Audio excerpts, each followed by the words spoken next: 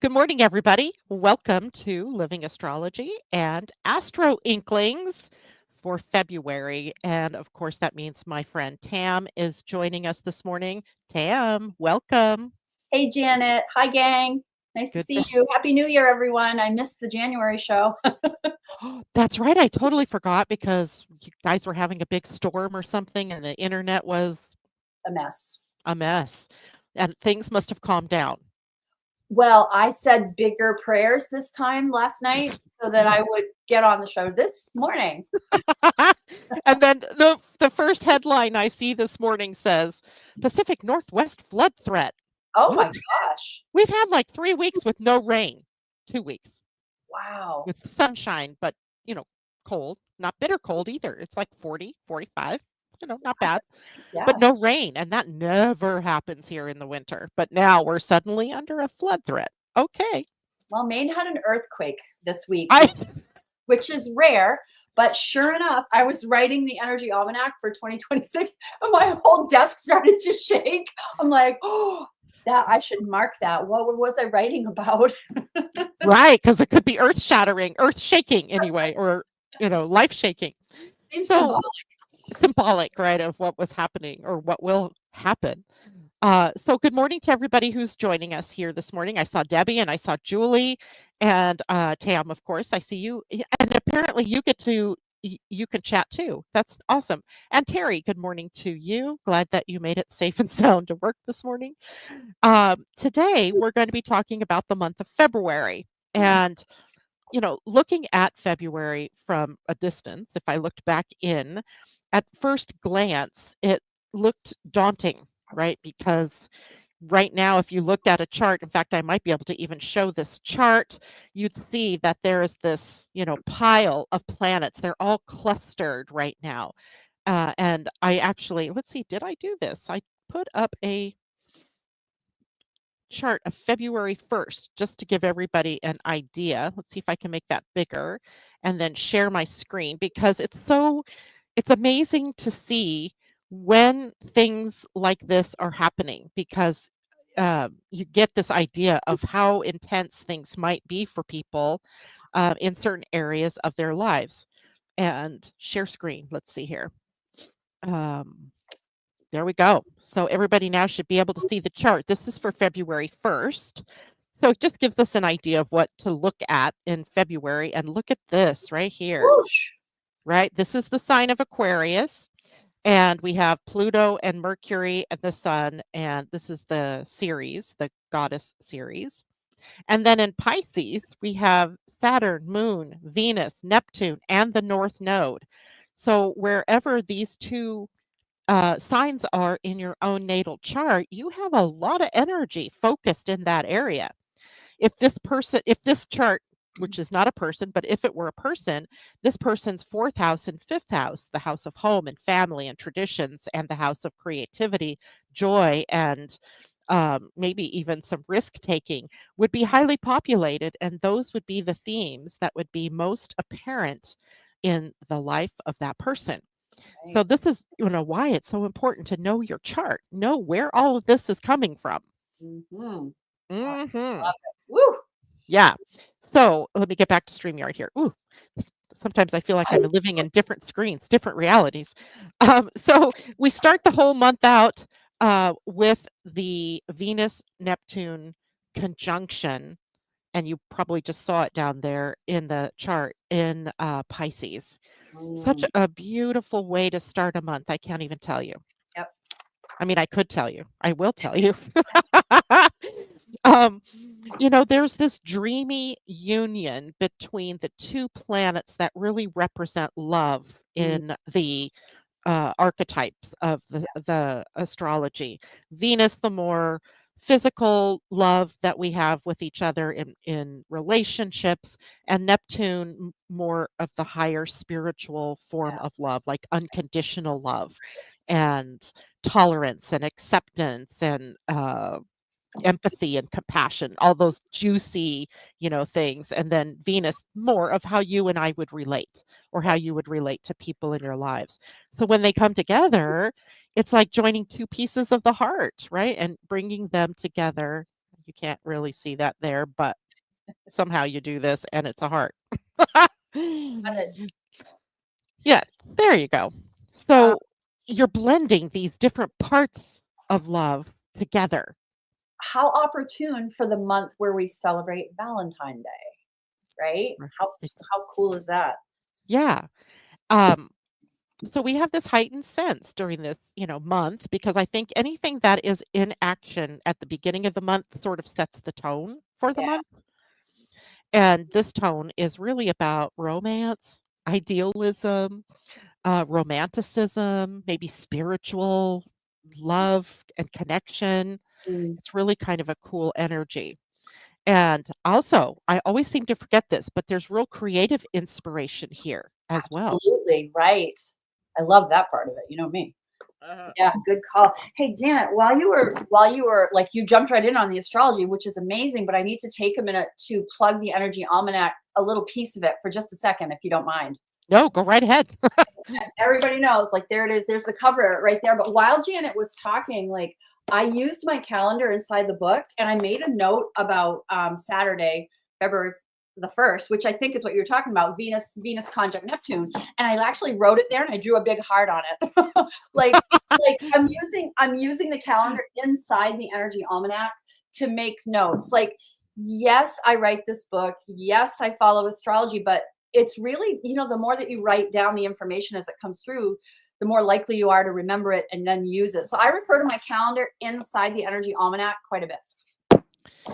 Um, yeah, I think, hold on, I wanted to share with people because, not, at this point, everybody should have their energy almanac. But if you don't, I am also making a calendar every month for people to be able to, I need to redo this, to be able to see what it is that's going on.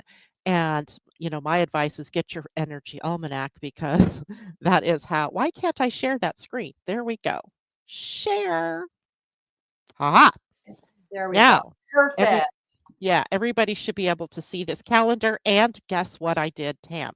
What? I made this available on my website as a download. So in a moment, I will get the link and post it for everybody to see. But this gives you an idea of the number of things that are going on for the month of February. Now, what I did is similar to Tam. I took my energy almanac month of February calendar, and I ended up putting in red exactly what's on this bigger calendar, right? All the different aspects. And then underneath it in dark blue, you'll see my personal Mm, connection to those particular aspects. And right, I mean, all I really did was just go through and go, oh, okay, that's in the ninth house. That if there was a planet that was going to be in my chart conjunct one of these things, then I would have put that. But guess what I realized as I was doing this exercise? That what? there is 1, 2, 3, 4, 5 things that are happening in my ninth house, Wow. which is the house of growth and expansion, seeing things from a higher perspective, your philosophies, and so forth. And Wow. while I might have been able to do that with my intellect, right, with my mental powers and go, "Oh, yeah, I have a lot going on here," to see it in Right? physical is so amazing. It sure And is. this is what I want for all of you who are, listening to Tam and I, and why Tam and I come on and we do these things, because it's so important to be able to understand the energies that are driving the experiences for this month Absolutely. or any month for that matter, but Right. because we're, focused in February right here. And this is a process that you get used to over time. As you know more about yourself, you just know, oh, okay, Pisces is on my ninth house Mm, and or Aries is on my 10th house, right? right. So you get a clue as to what area of your life to focus in. And by the way, happy new moon, everybody. Happy Chinese Lunar New Year as well. It's the year Oh, of the snake now. that's true. That's true. That's true. This Aquarian energy has got my head spinning. Literally, I want to throw one more thing at you and to the crowd, Janet.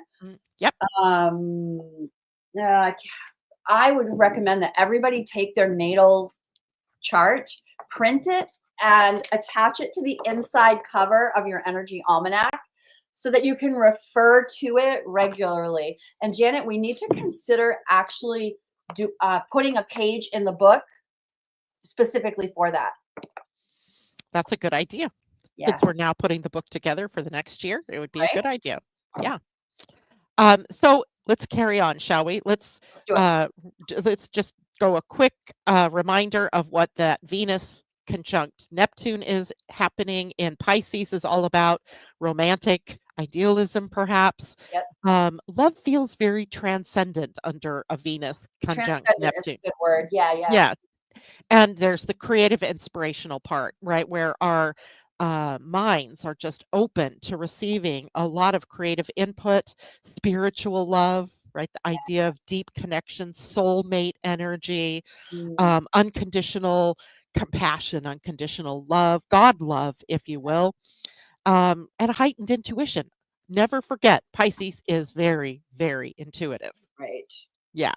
But we do have a couple things to watch out for with a conjunction like this starting out the month, and that would be, first of all, illusions in love and in money, because, Venus is also financial and has a connection to our finances. So avoid wishful thinking or deceptive influences that, might influence you to buy something that you don't need or to spend money needlessly.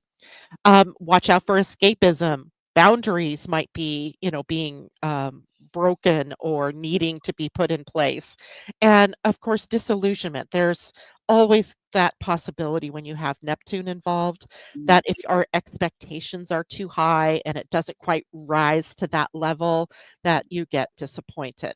So it's a good energy, but also just a couple of pitfalls to watch out for. Every good has a bad, and there's a left to every right, a front to every back. So yeah. Yep, yep, yep. All right. So anything you want to add to that, Tam? I don't know what more I could say. I will say this. In my book, it's a green day. It's a green go day. Green day. Like I will purposefully be watching for the inspiration and the intuition on that day. Like literally, it's a good day to block time if you can, just to like tap in, like Yeah, take an hour and meditate, or just be in silence is what I'm saying, and see what happens for you. I think it's a yeah. great day for that.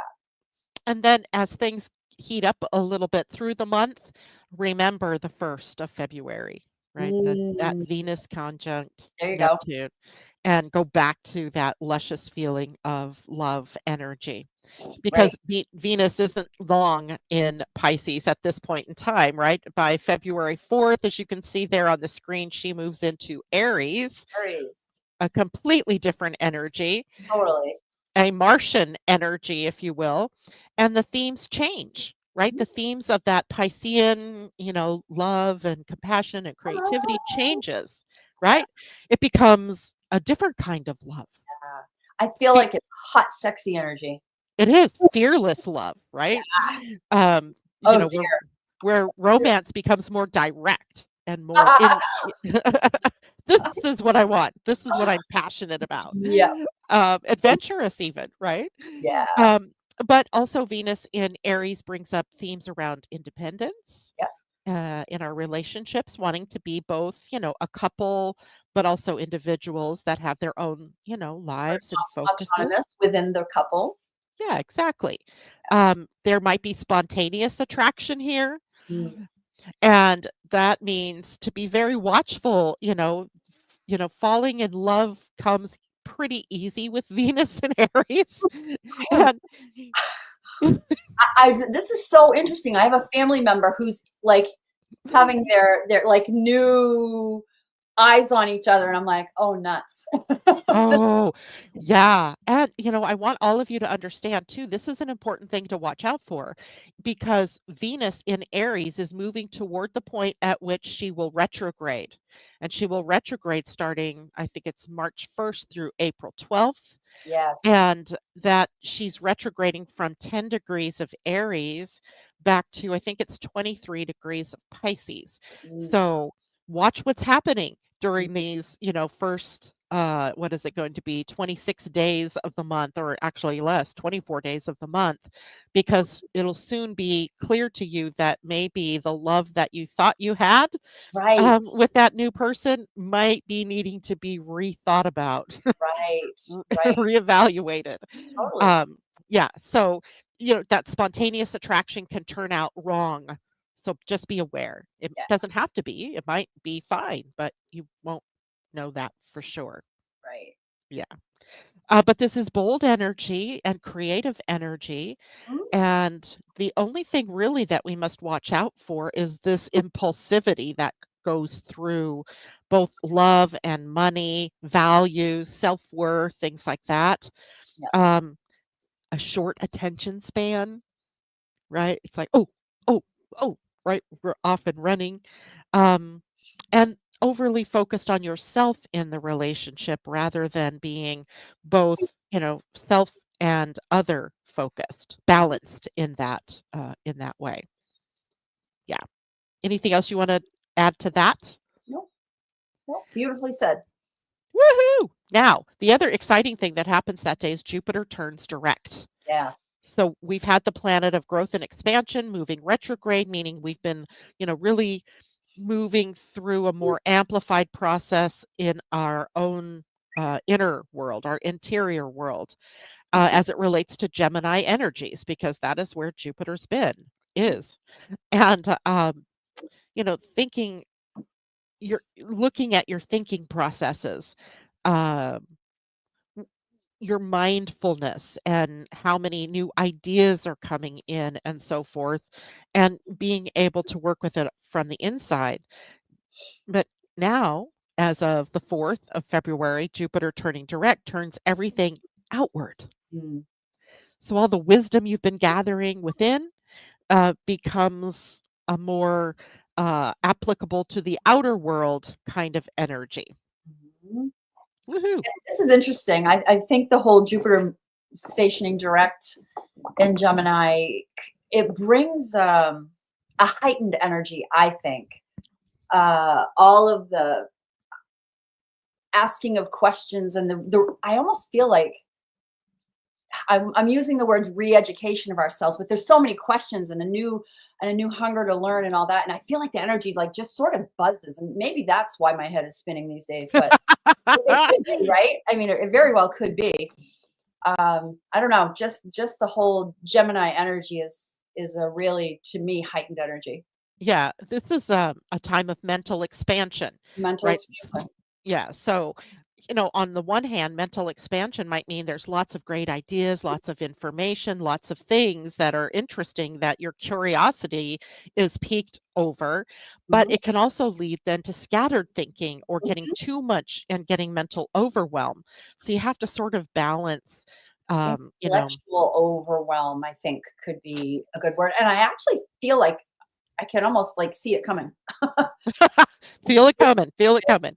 Yeah. Um, So, by the way, the house that Jupiter is moving through is the area of your life where you're likely focused on with a lot of thought energy or with a lot of mental energy.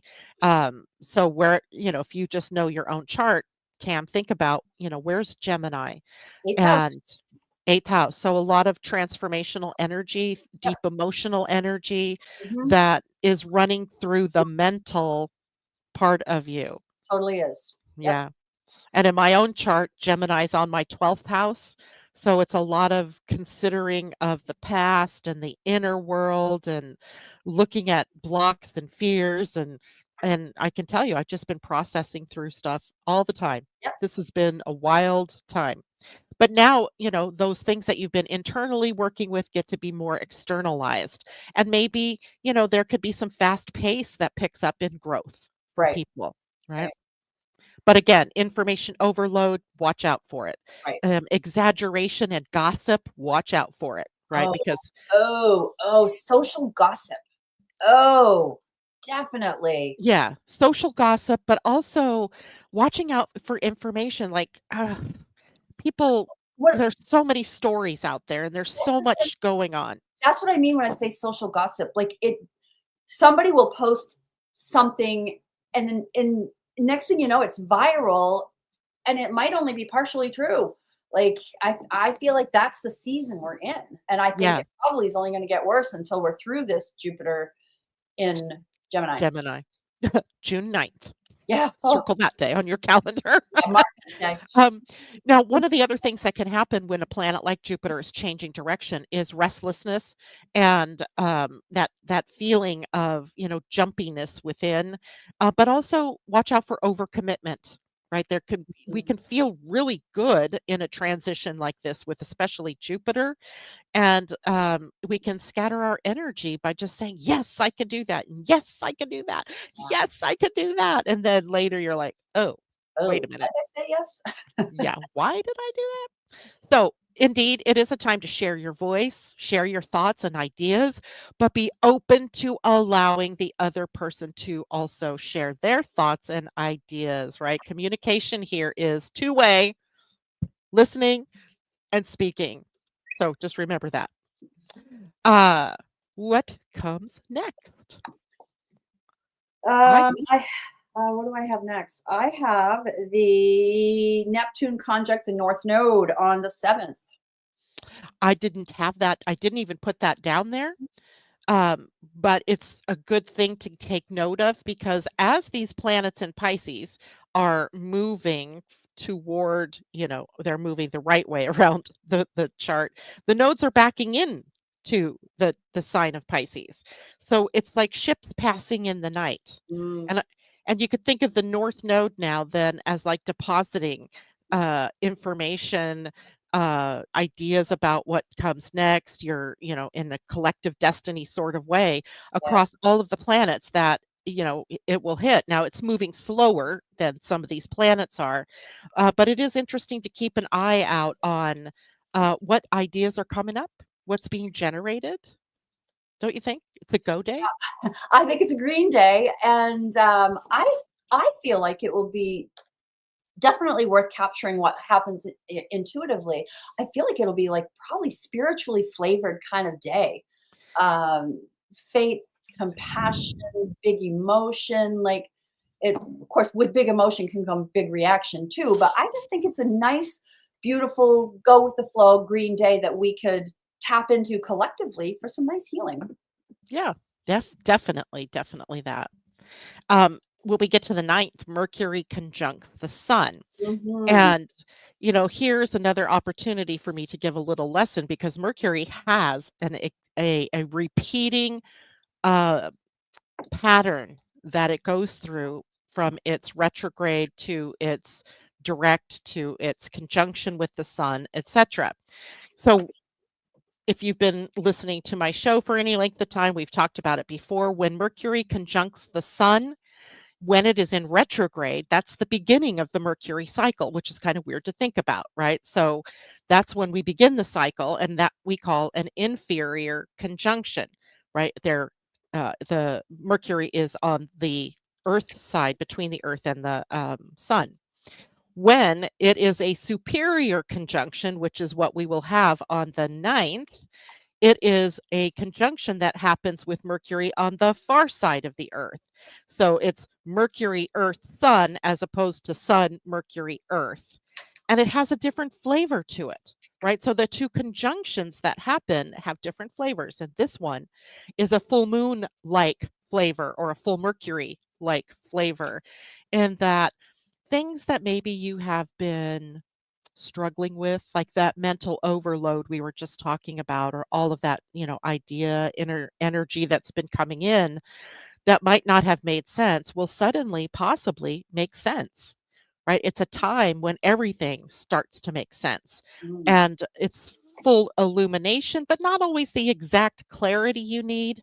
But it can also contribute to overload because now it's like all that those things are being categorized and organized, and so your mind, at least in the beginning of this time, is filled with sort of unintegrated data and information that will be the opportunity to start to be synthesized now in all of that time. So if you're feeling scattered, if you're feeling anxious in the information realm, take heart, because now the synthesizing will begin, or what we sometimes would call the mental digestion has an opportunity to begin.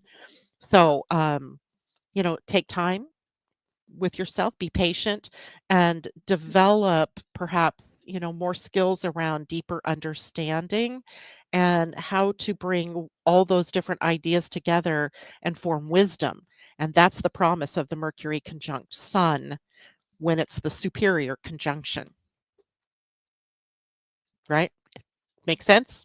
It does make Uh, sense. Absolutely. yeah, I made notes on that. That's a great information for me, the superior conjunction. yeah. And you guys out there, you're awfully quiet this morning. If you have I thought questions, so let us too. know. I'm like trying to nudge them through the chat, but yeah, they're very quiet. Very quiet. But if you have questions, let us know, because I would be happy to answer. Tam would be happy to answer. Now, we're going to wax human design for a moment. Let's do it. On the 10th, you'll see here Neptune enters into the gate 25.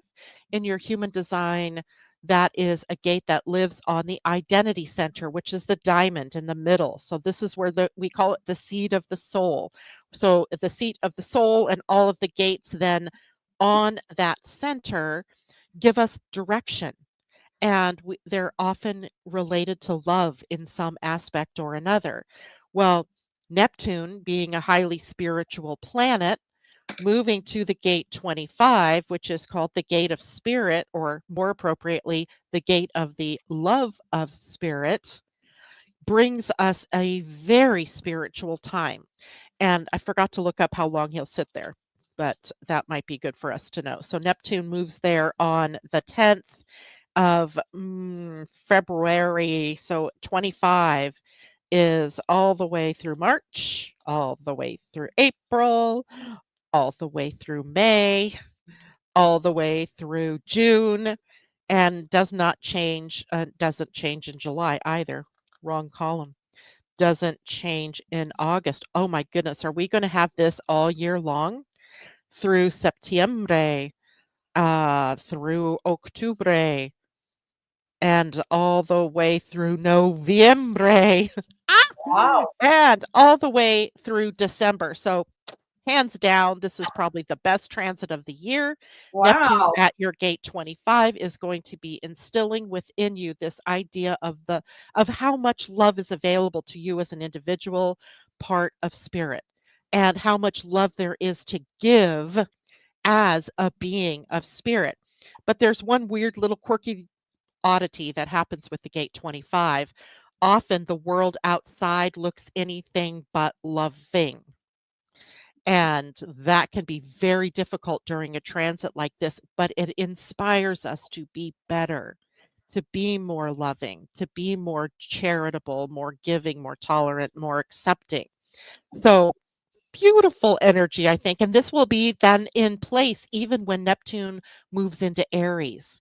So I'm going to do the TAM thing and simplify what I think I heard. And I want you to verify what I think that I heard. Okay. I wrote a sticky note that says, how much love can I give and receive? Yes? That will work. That That's, is that's definitely one. valid. Yeah, Okay. especially in the face of a world that looks very unloving and unkind and Well, anything but charitable at this that moment. that uncharitable world that we currently live in is innate. It's showing up anyway. But my question I should live with is, how much love can I give and receive? Gosh, I really Yeah. feel like that in and of itself is its own podcast show for you. Like that's big news and a big message for the world. I like that a lot. Yeah. The Thank you. 25 reminds us that we are human for sure, but we're also imbued with spirit, that, we are divine beings. That's a gate And 25 Neptune. Okay. that's gate 25 Neptune. Any planet that comes to 25, by the way, is going to bring that up. Um, but Neptune being this planet that we already associate with spirituality and with, higher order, unconditional love, that kind of thing, just brings it so, it will be so crystallized for all of us, right? And then the choice becomes, do I act with love, or do I act with fear, right? So those are our two choices. It'll be an interesting rest of the year, to be sure. So, moving on to any questions about that, anybody? Let's see. How much love can I give? That's you. Okay, good. Great. Thanks for putting that question out there, Tam. You got Next on my list is there anything for you between no, the no, okay. I'm good. We're waxing human design right now, you said.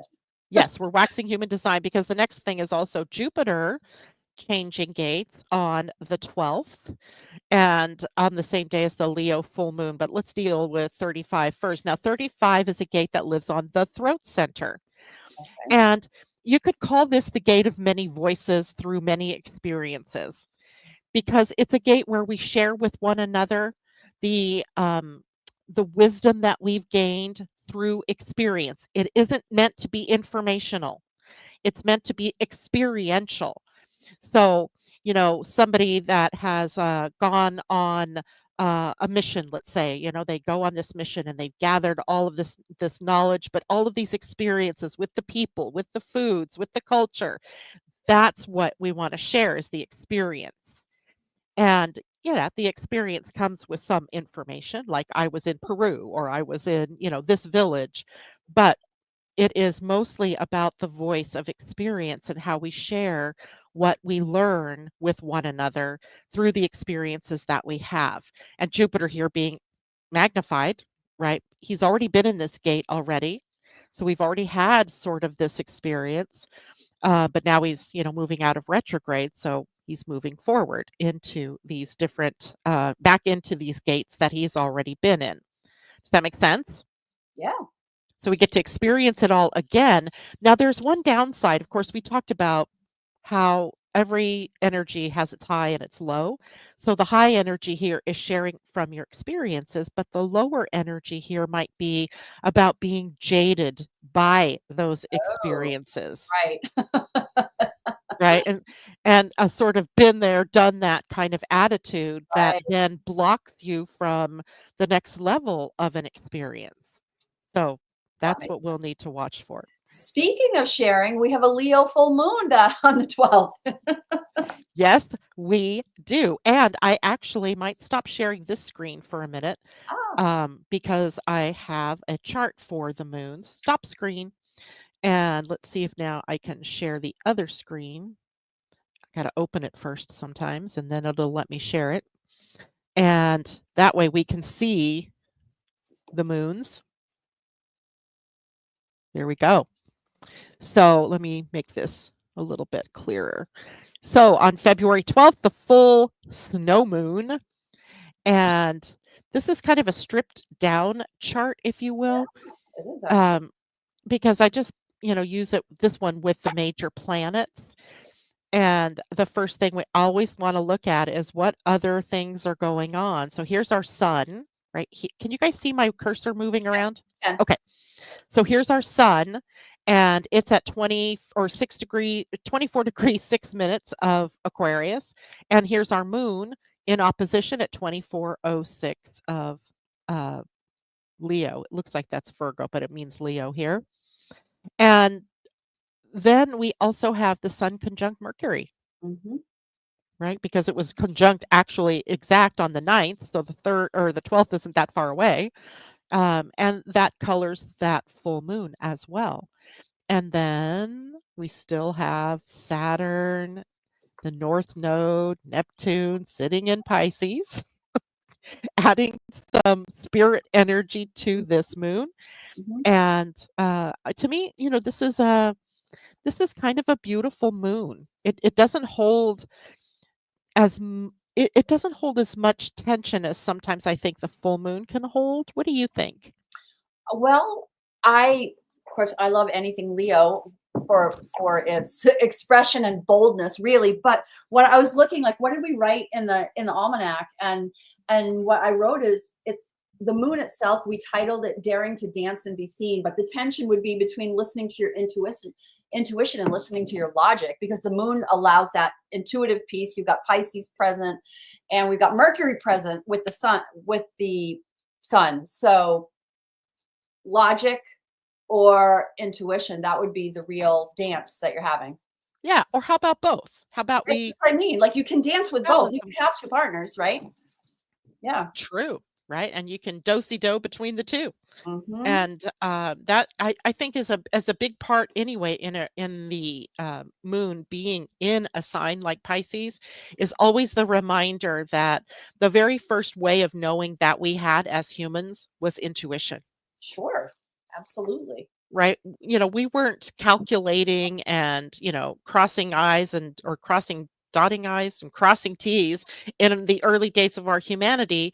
We Right. weren't going to Google and looking up and seeing, okay, well, what does it mean when, the frost is on the pumpkin? We were intuiting what it was that we needed to do. Right. We lost that, some of that over the course of time. As we focused more on the information that we could gain. Staying So alive in a world where there are drones and right? robots. And all all those things, right? So, being regrounded, I would guess, into our intuitive selves. And as I look at this, the second thing I will always look at in any moon is what other aspects besides the ones the sun and moon are making are available. And I do see Venus at no, that's 5 degrees. Yeah, there's a 5-degree Venus and a 2-degree Pluto. Um, so something in, going on in relationships. in our article, I mentioned Chiron being triggered Mm, by Venus. So yeah, and that would have been Chiron triggered by Venus, the sun, and the moon. Yeah, well, the sun and the moon because of what they're doing. But yeah, uh, yeah. yep. Yeah, so it's a good full moon. It's not one I think it's not like the new moon. When we get to the new moon, wow, right? Look, I just want to show you visually what the new moon, if I can do this on this screen, I might not be able to do it. I might have to do it here. Oh, it's in PDF. Let me move this up. Did that move it up for you guys to see? Yep, we can see it. If you This can go is the further this close. is the new moon. Look at all of that energy going on in Pisces that day. Of course, we'll talk about that more, but it's just kind of craziness, right? All right. Anything more about the Leo full moon that you want to share? Nope, well done. I'm going to go back to our calendar if I can share that again one more time. And boom, there it is. All right. So after our full moon, Mercury moves into Pisces. And, this is going to be a theme. Mercury moves into Pisces. The sun is moving into Pisces. And then we have a Pisces new moon, and we already have planets in Pisces. So Pisces, Pisces, Pisces, right? That is the big theme. And Mercury now moving into Pisces ensures that our thinking becomes more intuitive, right? Mm, That and maybe there's, more ability to be creative in a way that's dreamy, but also bringing in Mercury logic. Perhaps you need some logic, right? We can't not have logic. So I don't know, it's a really, it kind of softens everything when Mercury moves into a sign like Pisces, makes it more, spiritual perhaps. Just kind of more lovely energy, I think, to add to the mix of things going on. Um, there is more abstract kind of thinking during this time as well, oh, interesting. symbolic thinking. I Oh, I want you to think about this. Pisces is dreamy, and in fact, it impacts our dreams. So, watch for what symbols are showing up in your dream time, in your nighttime dreaming, mhm, because it probably will hold some very intuitive information for you. yes. And understanding, really comes from being able to use more than just logic and more than just intuition, but to also be able to understand knowingness. That's another word I would like everybody to add, knowingness. I Knowing don't this know from an intuitive level rather than a logical ex level. exactly. It's like I know what I know, but I can't tell you how I know what I know. Right. Yeah. I don't know how I know. It just is. And that's an important thing here too with Mercury in here, but there's going to be challenges along with it because we get that mental fog, Mhm. right? That idea of I just am not clear. There's confusion. So literally these, last couple of weeks until Mercury actually moves into Aries, um, those last couple of weeks might be a little bit foggy, might be a little unclear, because there's a lot of dreaminess associated with it. And guess what else? He's getting ready to retrograde and will retrograde simultaneously, pretty much with Venus moving back from Aries into Pisces. So It it's like, feels, I don't know, to me, it feels almost like the same as when the sun is opposite Neptune. It almost feels the same. yeah, yeah, yeah, yeah. And there's going to be this like maybe confusion and then clarity, and Yeah, then a drift back to maybe confusion, yeah, and then we're like ready for clarity. right. So February, and of course most of that's happening in March as well, right? That going back and forth kind of thing. So really trust your intuition. Mm, Express creatively, mhm. speak with kindness and compassion, and maybe understanding. We can, it's easily accessible during this period of time. Can I share something at this time that I think is important to know? This is from my Yeah. medical intuitive perspective, um, which, for those of you who don't know, my dad is a medical intuitive. So I, through osmosis, have learned a ton about health, holistic health. The heart is the first brain. When you take your hand and you place it at the heart space, you are actually adding to your knowledge, your capacity to get a heart known answer. So if you'll just place your fingertips right there in the heart space, you're amplifying your intuitive knowledge base. So good way to sort of, it's a good tool to have in your pocket, is what I'll say. Very good, very good. I just noticed that we have a couple of questions, or We a do. question. Yes, I was just going to direct you there. So go right ahead. Yeah, so Pauline, hello, Pauline, it's good to see you. Um, Question regarding Human Design Gate 25. If path heading to right is will, yes, that's the will, the heart, or the ego center, sometimes we call it. Um, and it is only connected to that center. It doesn't have outlets to any of the other centers. So you're connecting the soul, the seat of the soul, to the actual heart. So it brings things together in a way that has been separated in us for a while. So since actually about the dawn of the Industrial Revolution. So it's really interesting to be able to bring these things together. And then nodes and Chiron impact upcoming months. Definitely, we're not really specifically talking about that today, but definitely we will be over the course of time. And okay, that's it for questions. I hope that answered your question, Pauline. So then we go to Sun in Pisces. Yep. And now we have that bright light in the sign of spirit, in the sign of creativity and dreaminess. And this really does bring healing. So I'm so glad you brought that whole idea of the heart. It's interesting because the sun itself is the ruler of Leo, and Leo rules the heart in the physical body. Mm. So we really are blending this idea of heart into the spirituality component with the sun moving into Pisces. So there's dreams, there's healing, there's spiritual awakening, all of that available as the sun brings his very powerful energy to this game of astrology. And themes, they're similar to ones we've already been talking about, Right. maybe a little more amplified because it's the bright light of the sun.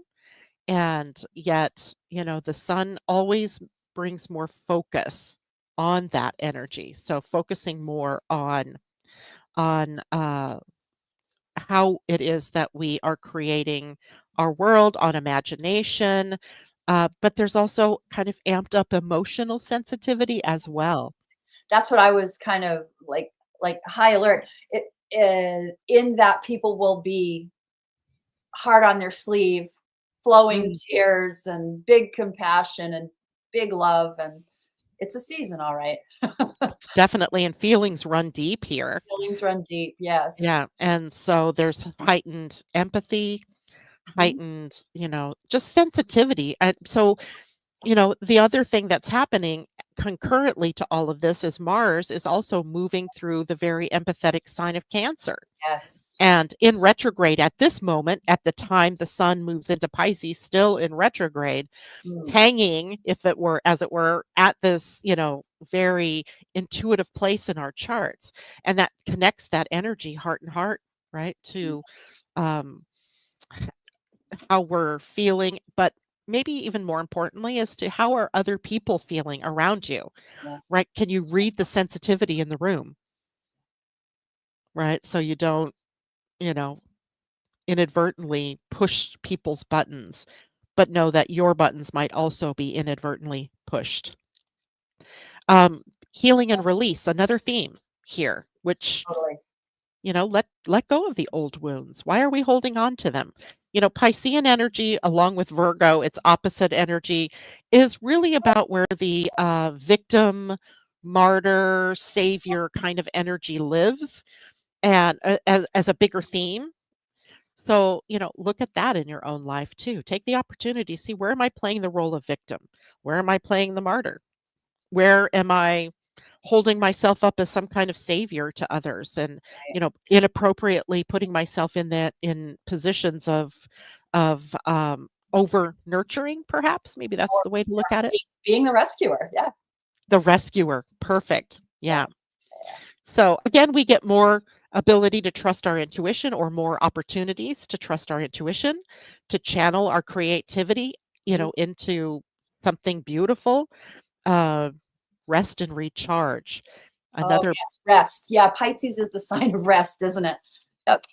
yeah, it brings, all of the energy of the year comes to rest in Pisces, right? So this energetically becomes the last month, the last full month, if you will, of the solar or of the astrological year. So 1 month from that point, when Pisces is done, we are starting something new. So take time for closure. Take time to look back over the uh, previous 12 months and try to bring things into some form of closure for yourself. All right, what's next? Mars direct. Mars direct. Hallelujah. Actually, Right. this has been one of the I've got to explain something, if in order for you to understand what I'm going to say here. So there are 4 points in astrology that we call the world points. And that world point, when any planet is moving across it, triggers events that we see on the bigger stage of the world. And the world points are all 0 degrees of the cardinal signs. So 0 degrees of Cancer, Capricorn, and 0 degrees of Aries and Libra. So anytime any planet passes over that 0 degrees, it is sort of big news. Mhm. Well, now we've already had Mars go over the 0 degrees Cancer point once when he was forward, moving on in toward Leo. Now he's retrograded over the 0 point. And then over these next several weeks, now that he will start turning to direct, he's going to go back over that 0 point Aquarius again. And, you know, in in a way, all 4 points are getting triggered because all 4 points are in square to one another or opposition to one another.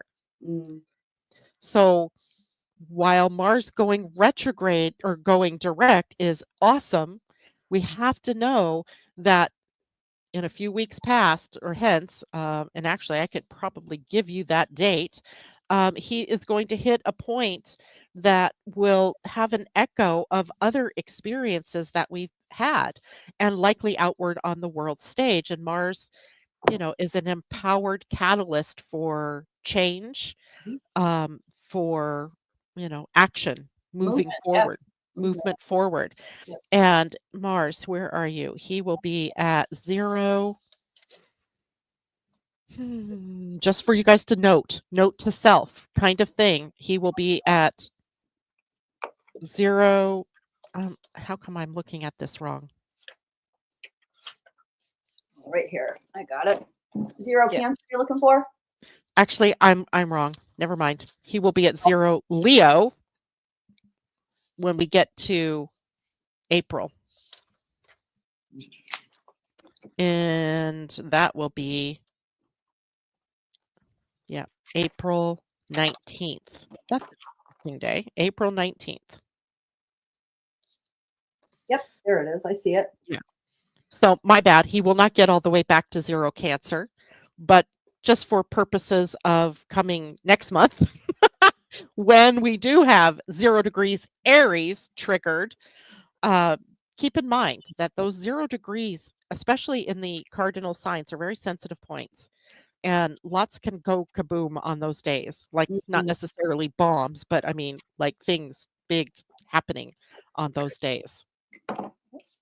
Okay. Got it. So, but Mars direct, let's go back to that one for a minute. You know, there's been this whole theme where Mars has been kind of locked up in a water sign. He's a fire planet, locked up in water, lots of steam, lots of, spinning wheels. Yep. But perhaps we've had an opportunity to really see the impact of emotional energy on ourselves and how we use emotional energy. I'd say Mars direct will give us access maybe to more emotional intelligence, if you will, EQ. That would be great. And yeah, productivity will start again to be improved, as Mars is the principle of action, and he's been slowed, right? He's been in reimagination mode, not in act on your imagination mode. So he'll begin to move, forward. But remember, Cancer is still a sign where there's sideways action. Mhm. Mars or Cancer doesn't come straight at you. It comes sort of, Like a from crab, sideways. yeah, sideways. Always watching, Right, ahead for danger, right. but still, making its move. So instead of direct confrontation, just try to remember that there's, indirect might be the better path, as long as you're not practicing avoidance or, indirect expressions of anger, which are what passive aggression. So those are things to watch for. But eventually, this energy will allow us to act from the heart, to use our intuition when we're making our decisions. Um, so practice emotional awareness. Right. Yeah. And then Mercury, I have Mercury conjunct Saturn next. Yeah, I didn't actually have that one. So let's see. Let's see where that goes. Yeah, I have structured intuition here and serious reflection, Mm, because you add Saturn to the thinking planet, and now thinking gets deep, right? We okay, yeah, go, that makes yeah. perfect sense. And Absolutely. they're both in Pisces. So maybe we're digging deep into our emotions. Maybe we're using more careful words and Mhm. deliberate speech when we have to say Softer something. language, yeah. Yeah. Yeah, taking control before, yeah. Yep, yep, yep. Maybe replacing impulsive words with thoughtful words, or thoughtful communication, meaning, There we go. I've really thought this through before I, blurped out onto you what I wanted to say. Right. Spiritual discipline. It is we often think of Saturn as this taskmaster kind of planet of discipline and structure and not so much fun. But I think when Mercury joins Saturn, there's such an easier path, I think, for some people to be able to speak. Mm, Like you've been able to gather your thoughts mhm, and your feelings, but also to understand the idea of being responsive as opposed to reactive mhm, to words, because not everybody is going to be as um, willing to temper what they say. So we have to then learn how to temper how we react or respond to what other people say. But overall, a pretty, interesting energy. Just watch out for mental heaviness, mm. um, or doubt. That's another thing that can come up here. Doubting yourself, doubting, your heart. Overthinking Um, what comes through the intuition. Through the absolutely. yeah. Oh, here we Yeah. go. We're gonna do this again. Put your fingers at your heart and collect it and get real with. Get real with the heart. Get Yeah. real with the heart. That could be like our whole mantra for the month of February. True. Get It's real true. with the heart, Yeah. right? And maybe even into March, we might have to look at that and see what's going on here. So, I would say advice, pause before speaking, Yeah. right? Oh, Gather what you're going to say before you say it yeah. and maybe commit to a spiritual practice. I don't know, things, that will help you structure your life more spiritually or spiritually orienting it. All right. Now, let's go to that new moon. Yeah, we've only got about 5 minutes, so Yeah. let's get that moon done, and then we have a couple more questions to answer. Okay. So I'm going to stop sharing my chart and you start talking about this new moon while I bring this picture of the moon back up. We have a new moon at 9 degrees Pisces on the 27th. So, as Janet showed you, there was all kinds of planetary connections going on. Look at how heavily loaded it is right there. Sun, Yeah. Saturn, Mercury, North Node, and Neptune. Yeah. Wow. Right? All Look of them. at all of that. Yeah. We in the energy almanac, we said knowing the unknown. Um, we have the sun and moon trine Mars in Cancer, which we just talked about. Mars will be direct at that time. And I said in the book, there are 6 planetary placements affecting your heart, your imagination, and your flow, and lots of mutable energy is just some of the language we took out of the book. And some really nice exercises in the energy almanac around that moon. So Yeah. go into the details, Janet. It is a very powerful moon. And, if you look in your own personal astrology chart, you're going to see wherever Pisces is where all of this has gathered. It's like having a confab here, right? Yeah, We have a conference of Piscean right. love energy going on. It's a love fest. That's what we'll call it, a spiritual love fest going on Yeah, in this new moon. But I want you to know that, like, the sun and the moon are at 9 degrees. And the rest of the planets are at 24, 25, and 28, I believe it is. And yet it's a stellium. And, 9 degrees to 20, I think the first one is 20 degrees, yeah, wouldn't be a conjunction in any sense of the imagination. But when you have a stellium, that's a new right. word maybe for you guys, stellium. It throw the rules of conjunction out the window because there's just so much energy focused there that we're trying to blend a whole lot of different energies for it within our lives, and it can feel daunting. So just remember your intuition. Remember it's love. Mm. Remember it's spirit, embodying spirit, and that everything else, just let it go, And right? Let it go. if we look at the 9 in the 9 degrees, like to me, the ninth is the gathering of wisdom. It's the completion, and you've got all this wisdom built in. Number 1, 2, 3, 4, 5. And if you think about the culmination of that wisdom under this moon, I just think it's so exciting.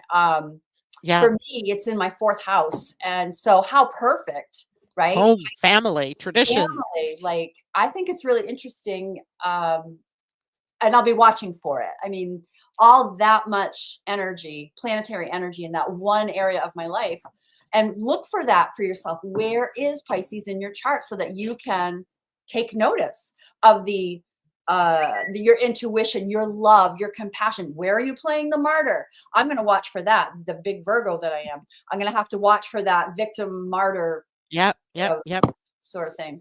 yep.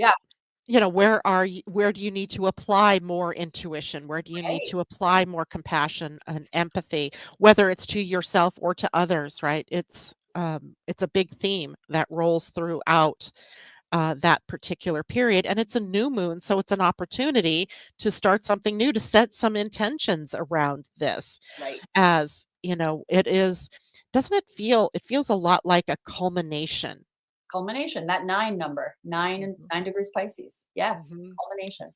Bringing the energies of the sun and the moon together, bringing the energies of them to Saturn, and then to Mercury, and then to the node, and then to Neptune. And So all different all flavors. also, and then there's that Pisces itself, which is the wrapping up of the astrological year, more culmination. It's really interesting. It is really interesting, and I don't know that I've seen this pumped up of a new moon in a while.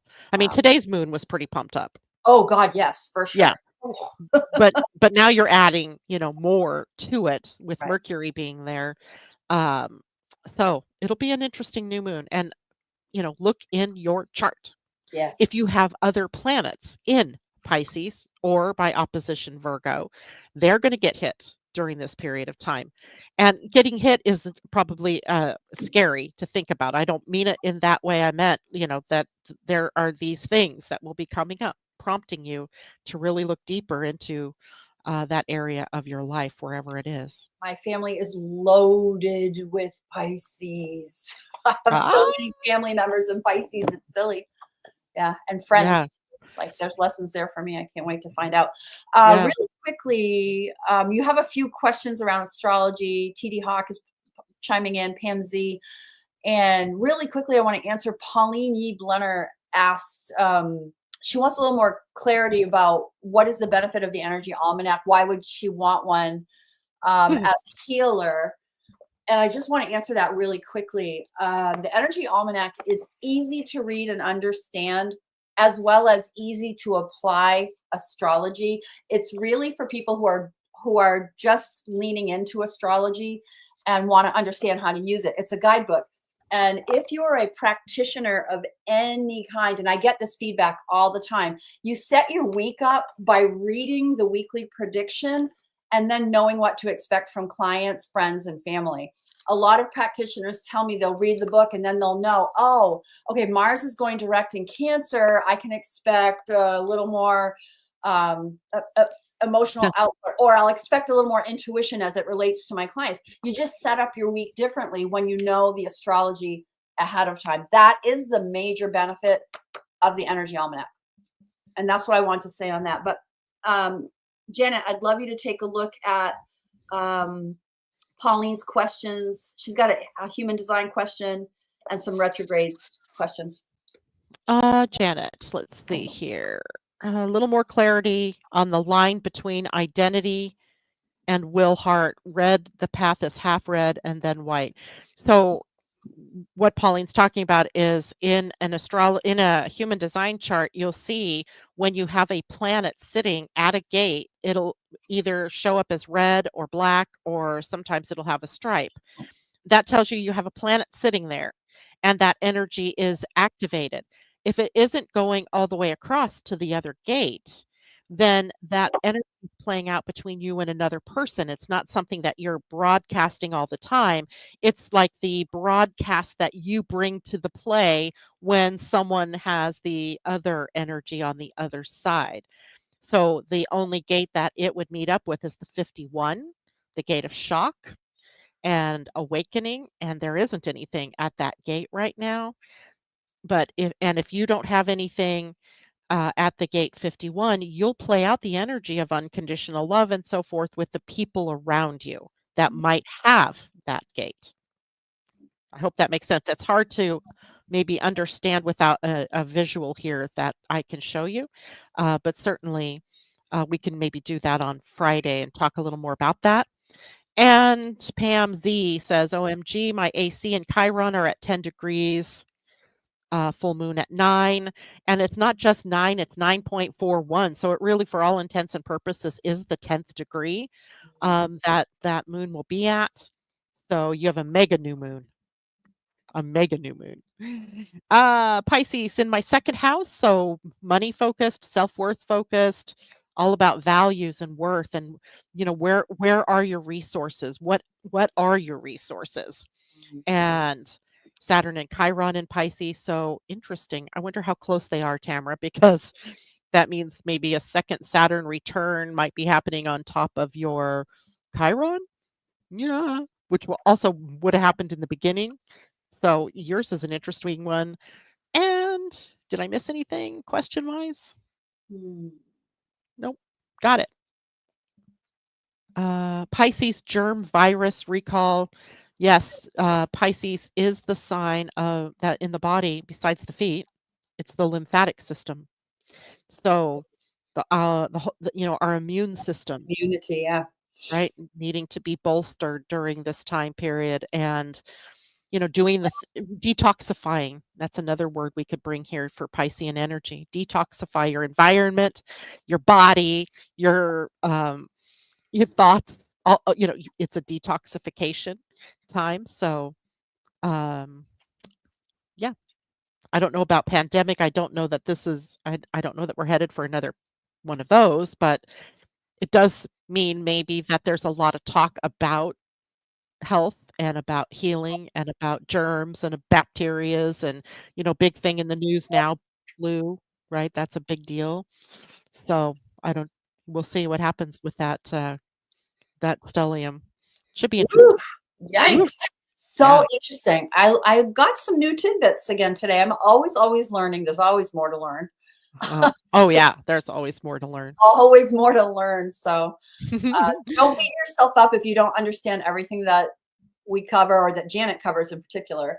There's a lot to learn and it'll go on forever. It's a lifelong journey with astrology, I feel. Yes, but it always starts with something simple like the energy almanac, right? Following along on the calendar, following along with the weekly predictions, because that's how you learn, right? You see it and then you can identify how it's playing out in your own life.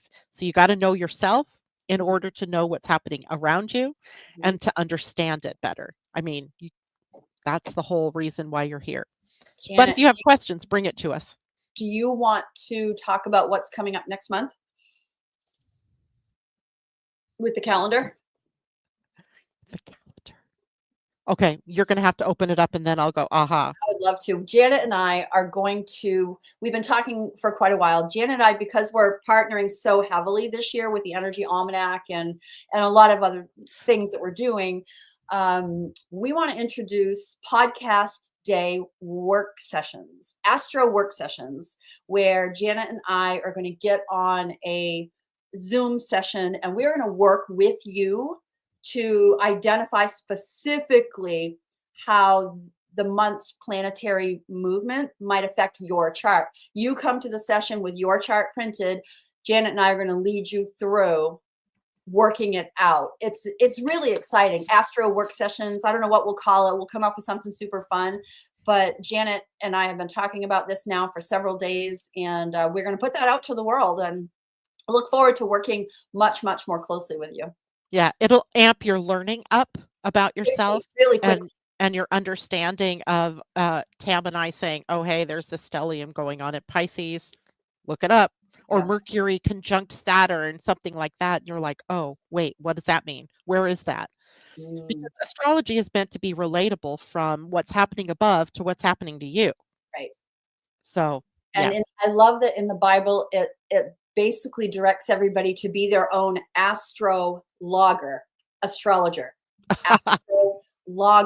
So when you are decoding for yourself, it's much, much more powerful. I love what we do with the Almanac. It's everything, and it's getting a lot of people on board with astrology. But when you can go next level, like in these work sessions, that's everything. So I'm super Yep. excited about that. And I wanted to let everybody know that that's forthcoming starting next month. Woo! February it is. Oh, and our next session together on this podcast, Janet, Should be is about the same day because March usually follows. Yeah, February 26th. Wednesday I mean, the 26th. That's our next podcast. Yep. Yep. The 26th. We will be here to talk about everything March. And wow, March. I love it. 26 is the next, I'm typing it in, podcast and 226. 226. Yep. Okay. Perfect. All right, guys. That's it for us today. Thank you so much for joining me, Tam. It's always fun. And So much fun. we went way over today. Oh well. It's good. Sorry. It's all good. Bye everyone. Thanks so much. Thanks for joining us. Bye.